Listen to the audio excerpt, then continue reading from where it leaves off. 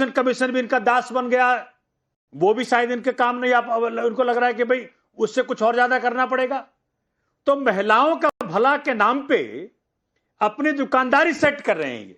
हम सब चाहते हैं कि वुमेन रिजर्वेशन बिल हो, लेकिन सच्चाई में वो बिल आए जो कि महिलाओं का भला कर सके। आपको मैं दिखाता हूं, आज जो है देखिए, ये देखिएगा कि महिला अपराधों में ये महिला का कौन सा नंबर है, ये मैं नहीं कह रहा हूं, मैंने जस्ट अभी टाइप किया है। तो ये कहता है कि नेशनल क्राइम ब्यूरो एनसीबीआरबी की रिपोर्ट के अनुसार हिमालय राज्यों में उत्तराखंड पहले नंबर पे। मैं फिर कह रहा हूं, ये मैं नहीं कह रहा हूं मैडम, तो ये भाजपा उत्तराखंड की महामंत्री दीप्ति रावत बोल रही हैं कि महिलाओं के खिलाफ इसलिए अपराध बढ़ रहा है क्योंकि उनकी संख्या बढ़ रही है। बताइए क्या लॉजिक है? ये क्या महिलाओं का भला करेंगे? एक दूसरे विधायक है भाजपा के, श्याम शर्मा जी, उनका बड़ा स्टेटमेंट आया कि मोदी योगी की पूजा शुरू करो, पत्थरों से क्या मिलेगा? मतलब भगवान राम अब पत्थर हो गए। अब सुनिए सर, भगवान कृष्ण पत्थर हो गए। सोमनाथ भारती जी, सोमनाथ भारती जी, पत्थर हो गई। सोमनाथ भारती जी सर सुनिए, अगर महिलाओं पर टिप्पणी की बात करने लगेंगे, आपकी बात सही है, लेकिन चलिए नीतू डबा से एक शॉर्ट रिप्लाई, फिर मैं सुजाता पांडे के पास जा रहा हूं। किन्होंने महिलाओं पे, ये तो कोई बड़ा जी मैं जवाब देना चाहूंगी। राकेश जी अब एक बार सोमनाथ जी को शांत कराइएगा। सोमनाथ जी एक बार मेरी बात सुन लीजिएगा। मैं बड़ी हैरान हूं कि आम आदमी पार्टी के प्रवक्ता किसी और प्रवक्ता को भेजते तो अच्छा, थोड़ा संतुलन रहता उनकी पार्टी की इमेज के लिए। सोमनाथ भारती जी को भेजा है, हाँ, जिन्होंने अपनी धर्मपत्नी पे हमला करवाया था। और आम आदनी पार्टी दिल्ली में जब सरकार में, जब मुख्यमंत्री जी आतिशी मार्लेना जी को जब इन्होंने सीएम बनाया, तो उस महिला को एक मिनट नीतू डबा जी, आतिशी जी को बैठने नहीं दिया गया। ये सोच, एक मिनट सुनिए नीतू डबा जी, सुनिए एक मिनट सोमनाथ जी एक सेकंड, एक मिनट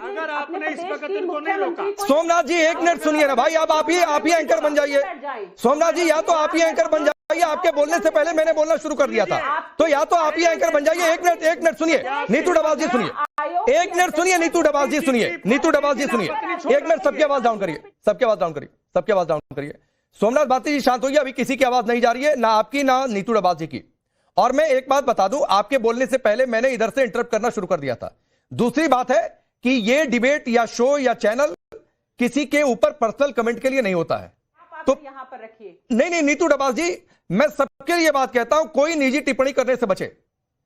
किसके जीवन में क्या चल रहा है, नहीं चल रहा है, सर यहां पर आकर प्लीज मेरे सामने मत कहा करिए। और जिसको कहना है वो बाहर जाकर कह लिया करे, शो में आकर कम से कम ना किया करे। ये समय बहुत कीमती होता है, लिमिटेड टाइम होता है। आपको पर्सपेक्टिव रखना है, वो कोई पर्सपेक्टिव आप रखिए, लेकिन पर्सनल कमेंट नहीं। मैं बिल्कुल इसके विरोध में हूं और किसी को अलाउ नहीं करूंगा, वो किसी भी पार्टी से हो। झूठ बोल रही है, उन्होंने क्या व्यवहार किया राकेश जी? तो ये तो सवाल बनता ही है ना कि इनके नेता कह रहे हैं कि महिलाओं की संख्या बढ़ रही है। स्वाति मालिवाल के साथ क्या किया केजरीवाल जी ने? हाँ, अरे आपकी प्रधानमंत्री अपने बीवी तक को स्वीकार नहीं कर पाए, मालूम है? ठीक है, चलिए मैं आगे बढ़ता हूं। मैं इसीलिए कह रहा था कि कोई पर्सनल टिप्पणियों पर ना जाए। सबकी आवाज डाउन है, मैं इसीलिए कह रहा था कोई पर्सनल टिप्पणियों पर ना जाए। नीतू डबा जी आपको भी और सोमनाथ भारती जी आपको भी, सबको ही मैं कह रहा था, और इसीलिए मैंने सबकी आवाज डाउन करवाई थी। और आप लोग पर्सनल टिप्पणियों में अगर शो का समय समाप्त करेंगे तो देश की जनता समझेगी दरअसल आप किसी के हितैषी नहीं है, आप सिर्फ वोट बैंक के हितैषी हैं और कहीं से वोट ले सकते हैं। अब चलिए सुजाता पांडे, सिर्फ आपकी आवाज में ऑन एयर कर रहा हूं। अगर महिलाओं पर टिप्पणी की बात की जाए तो क्या कांग्रेस पार्टी के नेताओं ने टिप्पणी नहीं की है? ऐसे तो खोजेंगे, हर दल में नेता मिल जाएंगे। बिल्कुल, देखिए वैसे तो मतलब अगर मुझे क्या इस बात पर टिप्पणी करनी है राकेश जी? नहीं, इस बात पर तो मैंने संदर्भ में कह दिया, लेकिन टिप्पणी में लंबी है। हाँ जी, टंचमाल से लेके जिस तरह से लालू प्रसाद ने इसी बिल पे कहा था कि प्याज छीलने के जैसे आंसू निकलते हैं, वही वुमेन रिजर्वेशन बिल का हाल है। और मुलायम सिंह ने साफ कहा था कि ग्रामीण महिला तो बड़ी अनाकर्षक होती हैं, उन्हें पार्लियामेंट में क्यों लेना, उन्हें पार्लियामेंट में आएंगी तो सीटियां बजेंगी। तो ऐसे सब नेताओं के बयान, मणिशंकर, मतलब मैं तो गिना सकती हूँ आपको 100, यहाँ ये पूरा डिबेट निकल जाएगा। तो मुद्दे पे आते हैं, अगर उसका कोई सवाल हो तो वो आप मुझे पूछिए। नहीं, सवाल तो यही है कि फिर ये भड़काऊ सियासत, देश में संघर्ष हो जाएगा, अराजकता हो जाएगी। एक मौलाना जी कह रहे हैं कि मुस्लिम महिलाएं क्यों आएंगी सियासत में, दूर रहें, दलदल में क्यों आएंगी। देखिए मौलाना जी तो पहले ये कॉन्सेंट्रेट करें कि टीसीएस में जो कन्वर्जन रैकेट पकड़ाया है, जो कॉर्पोरेट जिहाद पकड़ाया है, उसका जवाब कैसे देंगे। खैर वहां से हटते हुए सबसे पहली बात है कि हम ये तो बिल जो मुद्दा था, असल मुद्दा क्या था कि महिलाओं को जो अधिकार नहीं मिले हैं और वो अधिकार नहीं मिले हैं, इसकी पुष्टि बहुत सारे रिपोर्ट से होती है। ये इन्हीं सारी रिपोर्टों की बेसिस पे पंचायत में अधिकार देने की बात हुई थी कि महिला, देखिए जब आपको याद हो कि 1931 में जब पूरा ये सब पूरा संविधान सभा और ये सब कुछ की बहस हो रही थी और आजादी के बाद में भी, तो महिलाओं ने कहा था, सरोजिनी नायडू ने भी कहा था कि हमको कोई रिजर्वेशन नहीं चाहिए, हमको तो इक्वल दिखना है और ये जो मेन की रिप्रेजेंटेशन है, क्योंकि वो हमसे ज्यादा है, तो वो इंश्योर करेंगे कि महिलाओं को रिप्रेजेंटेशन मिले। लेकिन साल दर साल निकलते कर आपको पता है कि अभी सिर्फ महिलाओं का रिप्रेजेंटेशन पार्लियामेंट में सिर्फ 9% है। तो इसका मतलब क्या हुआ कि मर्दों ने औरतों को अधिकार नहीं दिए जो देने चाहिए थे।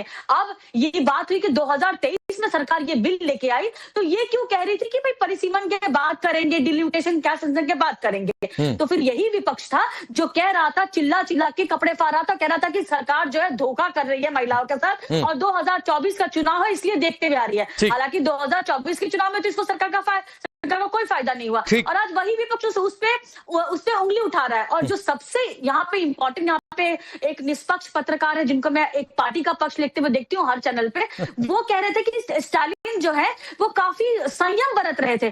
कैसा संयम होता है जब एक व्यक्ति जो मुख्यमंत्री है, जो संविधान की शपथ लेता है, इस देश को तोड़ने की धमकी देता है, वो संयम नहीं है, वो संयम तोड़ने की बात होती है। सतीश सर आप ही पर निशाना था, रिप्लाई कर लीजिए। और वो इनको पहले कहना चाहिए था कि नहीं, ऐसा नहीं कहना चाहिए था, सबसे पहले उसकी भर्त्सना। ठीक है सतीश सर आप ही रिप्लाई कर लीजिए। सुजाता सुनिए, आपने निशाना उन्हीं पर साधा, तो उनसे रिप्लाई ले लीजिए। वो चुप नहीं होंगी भाई। पांडे जी को कहिए कि ठीक है, इनका इसे बोलने से नंबर बन जाएगा, जहाँ नंबर बनाना चाहती हैं नंबर बन जाएगा, लेकिन बीच में मत बोलिए ना, बीच में मत बोलो। समर्थन करेंगे आप, देखिए इसीलिए बिल जरूरी है राकेश जी, इसीलिए बिल जरूरी है कि सतीश जैसे लोग जो है ना, जिनका मतलब चुप तो रहो भाई। ठीक है सुजाता जी आपने समय कम है, मुझे सबके पास जाना है। सतीश सर बोलिए। मैं ये कह रहा हूं, मैं इतना ही कह रहा हूं, मैं भी महिला आरक्षण के पक्ष में हूं, बिल्कुल हूं। 50% उससे पहले मैं चाहता हूं नौकरियों में आरक्षण हो, वो ज्यादा जरूरी है। नंबर 2, अब 2011 की जनगणना पर 16 साल बाद आप करा रहे हैं, इसका कोई तुक नहीं। हमको लगता है भाजपा का टाइम सेंस बिगड़ गया। ठीक है सर, अब वो आप उन पर आरोप लगा रहे थे कि वो कहीं नंबर पाने के लिए, अब यही वो कहेंगे कि आप कहां नंबर पाना चाहते हैं सर, तो ये बातचीत है। खैर आगे बढ़ता हूं। सोमनाथ भारती जी, ठीक है सर, ठीक है। सोमनाथ भारती जी, सीटें हर जगह की बढ़ेंगी, कहीं की घटेंगी नहीं। मैं कपिल सिब्बल को सुन रहा था, कपिल सिब्बल ने कहा कि ऐसे तो नॉर्थ स्टेट्स में सबसे ज्यादा सीटें यहां पर बढ़ जाएंगी, इनकी राजनीतिक ताकत बढ़ जाएगी। तो क्या कांग्रेस ये मानकर बैठी है या दूसरे दल ये मानकर बैठे कि हम कभी यहां पर मजबूती नहीं होंगे?